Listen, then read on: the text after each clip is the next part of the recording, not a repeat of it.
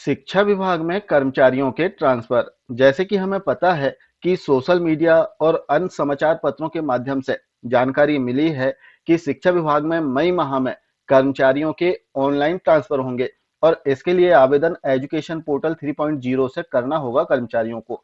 और इस संबंध में यदि हम देखें तो जो निर्देश हैं ट्रांसफर से संबंधित निर्देश, वो एजुकेशन पोर्टल 3.0 में दे दिए गए हैं। सबसे पहले तो आपको एजुकेशन पोर्टल 3.0 में लॉगिन करना है।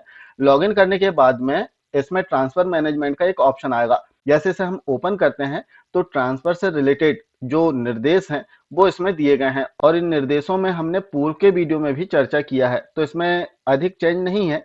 इसमें यदि हम देखें तो एक बिंदु दिया गया है कि यदि आप पारस्परिक आवेदन करते हैं पारस्परिक स्थानांतरण के लिए, तो इसमें एक बिंदु दिया गया है कि यदि अतिशेष की स्थिति है, जिस संस्था में आपने आवेदन किया है वहां पर अतिशेष की स्थिति है, तो पारस्परिक आवेदन जो म्यूचुअल ट्रांसफर के लिए आप अप्लाई करेंगे वो स्वतः रद्द हो जाएगा। अर्थात आवेदन जो है वो ऑनलाइन पोर्टल पर ही निरस्त कर दिया जाएगा। अब हमें कैसे पता चले कि कहां पर अतिशेष की स्थिति है, कहां कितने पद हैं, तो इसकी जानकारी भी आप पोर्टल पर चेक कर सकते हैं। आइए देखते हैं कि पोर्टल पर रिक्त पदों की जानकारी, अतिशेष की जानकारी कैसे चेक करें। तो आपने पोर्टल पर लॉगिन कर लिया और जो ट्रांसफर का ऑप्शन है इसे ओपन किया, तो सबसे पहले तो आपको निर्देश देखने के लिए मिलेंगे। अब इसमें आप देखेंगे कि ट्रांसफर रिपोर्ट दिया गया है, इसे आपको ओपन करना है। जैसे आप ओपन करते हैं तो यहाँ पर व्यू वैकेंट पोस्ट का एक सब ऑप्शन आ जाएगा, इसे आप क्लिक करके ओपन कर लें।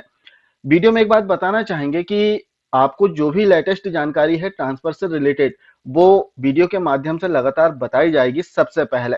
तो जुड़े रहें चैनल के साथ में। यदि आपने सब्सक्राइब नहीं किया है चैनल को तो कृपया कर सब्सक्राइब कर लें और यदि वीडियो पसंद आए तो इसे लाइक कर लें।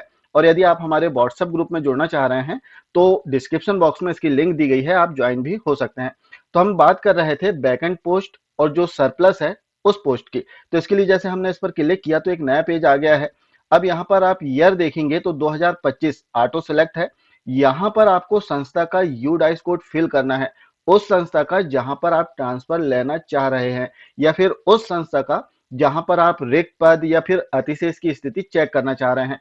तो जो भी संस्था हो वहां का यूडाइस कोड आप यहाँ पर टाइप करें और इसके बाद में जो कैप्चा कोड दिया गया है इसे आपको सिंपली टाइप करना है। तो यहाँ पर हम कैप्चा कोड टाइप करते हैं, इसके बाद में सर्च पर क्लिक करें।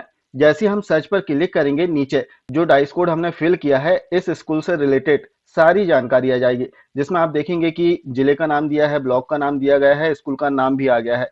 अब यहाँ पर समझने वाली बात की सब्जेक्ट पैनल दिया गया है, इसके बाद में पोस्ट कोड दी गई है, वर्किंग एम्प्लॉय कितने हैं, वैकेंट पोस्ट कितनी है और सरप्लस कितने हैं, इसकी जानकारी दी गई है। जैसे एक एग्जाम्पल से हम समझते हैं, जो डाइस कोड हमने फिल किया है, जैसे वर्ग एक बायोलॉजी, इसकी जानकारी यदि हमें चेक करना है तो इसका जो पोस्ट कोड है वो यहाँ पर लिखा हुआ है। पोस्ट कोड बहुत महत्वपूर्ण कोड है, क्योंकि जब आप ट्रांसफर के लिए ऑनलाइन अप्लाई करेंगे तो पोस्ट कोड आपको टाइप करना होगा। कैसे अप्लाई करेंगे, जैसे ही ऑप्शन आते हैं इस संबंध में वीडियो के माध्यम से जानकारी जरूर दी जाएगी। तो यहाँ पर आप देखें तो सैंक्शन पोस्ट एक है, वर्किंग एम्प्लॉय यहाँ पर कितने कर्मचारी कार्यरत है, एक, उसकी संख्या दी गई है। तो यहाँ पर वैकेंट पोस्ट अर्थात रिक्त पद नहीं है और ना ही कोई सरप्लस है।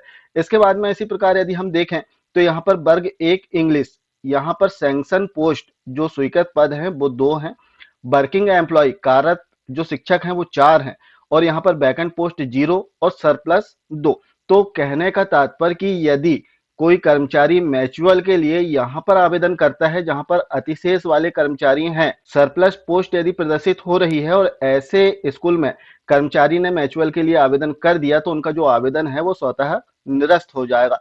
तो यहाँ पर ध्यान देने वाली बात कि आपको सरप्लस पोस्ट विशेष रूप से चेक कर लेना है।